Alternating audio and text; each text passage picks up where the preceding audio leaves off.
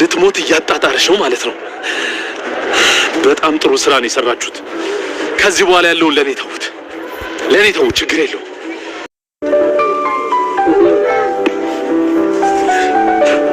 ቆይ እዚህ ምን ትሰሪያለሽ? ኧረ አይዞህ ተረጋጋ። ምንም የጎደለ ዕቃ የለም። ባለጸጋ ልጅ ለእሷ ባል ሊሆን ተዘጋጅቶ ነበር። እስከ ትናንትና ድረስ እሷ የምታውቀው እንደሆነ ታውቂያለሽ? አያቷ የኔና የእሷን ግንኙነት እንደሚደግፉ ነበር። ምንም የምታውቀው ነገር የለም ማለት። ግን ከበላሽ ስንት ወርሽ ነው? ይቅርታ ግን እንብላላልኩህ። ራስ እንብላላልኩህ። እንደማትከዳኝ ደግሞ ምን ማረጋገጫ አለ? ግን ደግሞ እኔን ከማመን ውጪ ሌላ አማራጭ የለም። አይሆንም። እኔ ባልኩት ነገር ከተስማማህ ብቻ ነው ይሄ ነገር ሊሆን የሚችለው። ሀብት በእኔ ስም ካደረግሽልኝ እህትሽንም እንደሚለቃትና አክስትሽንም እንደሚያሳክማት ቃል ገብቶልኛል። ቆይ ግን እራሱ እያለ ለምንድን ነው ሙሉ ሀብቱን በአንተ ስም እንዳደርገው የፈለገው?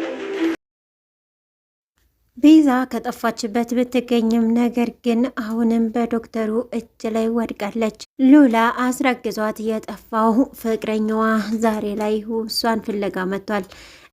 ሰዎችን ለመጣል የምትታገለው የምትጥረው ቲጂ ዛሬ ግን የእሷ ውድቀት መንገድ ላይ በሲጋራ ራሷን መደበቅ ላይ ትገኛለች።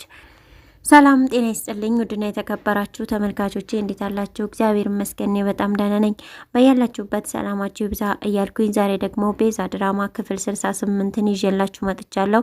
እስከ ቪዲዮ ፍጻሜ ድረስ አብራችሁ ቆዩ። ለቻናሉ አዲስ ከሆናችሁ ሰብስክራይብ፣ ላይክ፣ ሸር እያደረጋችሁ አበረታቱኝ። አብራችሁ ስላላችሁ ስለምታበረታቱኝ እጅግ በጣም አመሰግናለሁኝ። እንግዲህ ዛሬ ይዤላችሁ የመጣሁት ቤዛ ነው። ቤዛ እንግዲህ መጥፋቷ ይታወቃል። ምክንያቱም የመኪና አደጋ ከታገተችበት ስጠፋ የመኪና አደጋ ደርሶባት የት እንዳለች አይታወቅም ነበረ። ዛሬ ላይ ግን ዶክተር ሮቤል ፈላልጎ አግኝቷታል። የትም ሆስፒታል እንዳለች አረጋግጧል። አሁን ላይ ግን ኮማ ውስጥ ስለምትገኝ ማናገርም እንዲሁም ደግሞ ምንም ነገር ማድረግ ስለማትችል ተጠባበቋት እያለ ይገኛል። ይህንን ዜና ሲሰማም ዶክተር ሮቤል እጅግ ተደስቶ ነበረ። ቤዛ ዛሬ ያለሽው እጅ ላይ ነሽ እያለም ጉራውን እየቸረቸረ ይገኛል። በዚህም የተነሳ ሱራፌልን ወደሱ ደውሎ እንዲመጣ አድርጎት ነበረ። ሱራፌልን እንግዲህ ያለ ሀብቱን በሙሉ ወደ ራስህ አዙር፣ ከዛም አብረን እንካፈላለን እያለው ይገኛል።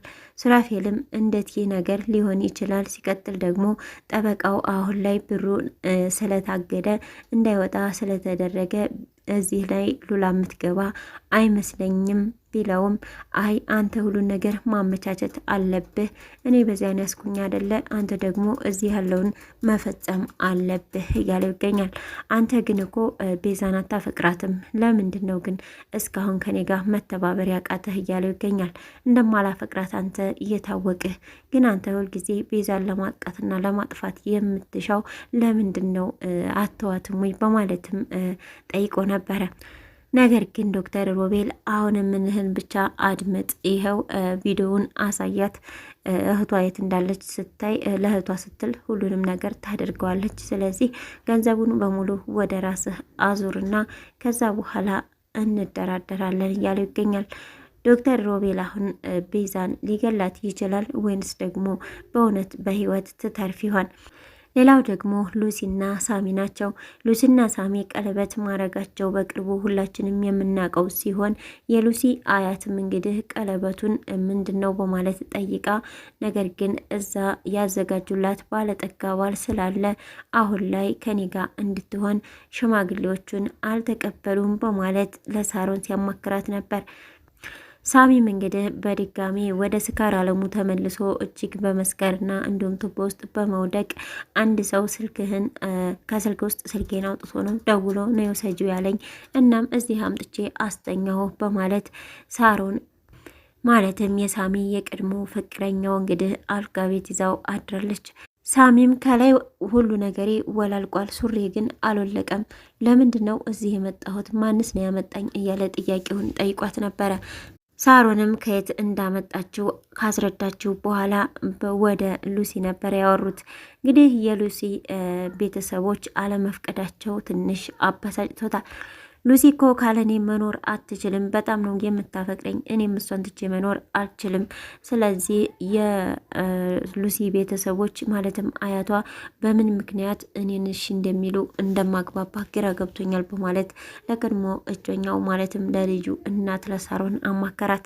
ሳሮንም እንግዲህ አንተ ምን አለህ ዛሬ እኮ ምን አለህ የማን ነው የምትባለው?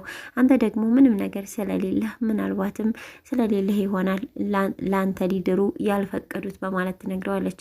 እባክሽ አያቷ ሁሉ ነገር እየተሟላላቸው ናቸው፣ ከኔ ምንም አይፈልጉም በማለትም ይነግራታል። ቲጂም እንግዲህ እንደዛ የለፋችበትን ፍቅርማ እንደዚህ በቀላሉ የምትተወው ከሆነ ተቅድሙም አታፈቅረህም ነበር ማለት ነው። ስለዚህ ቤተሰቦቿን አሳምና አንተን ማግባት የእሷ ድርሻ ነው በማለት ትነግረዋለች። ቲጂም በቤተ ክርስቲያን ዙሪያ ሆነ አምላኬ ሆይ ከፍ ስል በጣም ከፍ ታደርገኛለህ፣ ዝቅ ስል ደግሞ ከሰው በታች ታደርገኛለህ። ኧረ ተው አምላኬ በልክ ይሁን እያለች ሲጋራ እያጨሰች መንገድ ላይ ወርቃለች። እንግዲህ የቤዛ ፎቶ በየመንገዱ ስለተፖሰተ የሉላ ፍቅረኛ ወረቀቱን ጠጋ ብሎ ያነባል። እሷም ቆም በማለት እንዴ ታውቃታለህ እንዴ? ምን ነው ማነህ አንተ በማለት ጠይቀው ነበረ። ፍቅረኛ የሉላ የልጅ እናት በማለት ነበረ የተናገረው። እንዴ ማለት እርግጠኛ ነህ በማለት ስትጠይቀው አዎ እርግጠኛ ነኝ፣ ደግሞ ሚስቴ ትጥፋብኝ እንዴ በማለት ነበረ የነገራት። እሷም ይህ መንገድ ጥሩ ነው በማለት እንግዲህ ወደ አንድ ሻይ ቤት ሄደው እንዲያወሩ ፈቅዳ ነበረ። እዛም እንደሄደች እንግዲህ ያለ ነገሩን ዋናውን ትነግረዋለች። አሁን ላይ ሉላ እጅግ ሀብታም ሆናለች፣ ድርቅ ቃለ ቤት ገብታለች። ለዚህ ደግሞ እኔ ነበርኩ ባለውለታዋ። ሚስት ሁለት አይነት ደካማ ጎን አላት። አንደኛ እህቷ ናት፣ አንደኛ ደግሞ ሁለተኛዋ ደግሞ አክስቷ ናት በማለት ትነግረዋለች። ከዛም ሲቀጥል ደግሞ እርጉዝ ናት በማለትም ያለውን ነገር ትነግረዋለች። ቲጂም እንግዲህ ከእህል ተራራቀች ቆይታለች መሰለኝ። ያፈለገችውን ነገር እያዘዘች ልድገሞይ እያለች እያማከረች ስትደግምና ስትበላ ስትጠጣ ነበረ።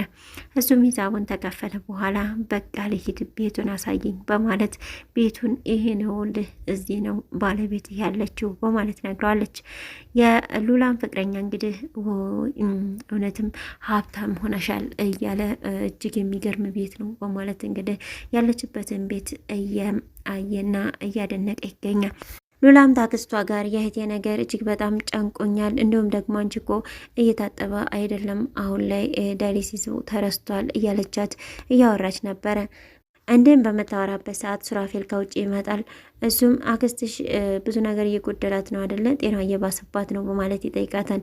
የአክስቴ ብቻ ሳይሆን የእህቴም ነገር አሁን እጅግ በጣም ያሳስበኛል በማለት ትነግረዋለች። ሱራፌልም ስለ እህትሽ አታስቢ አግኝቻታለሁ በማለት ይነግራታል።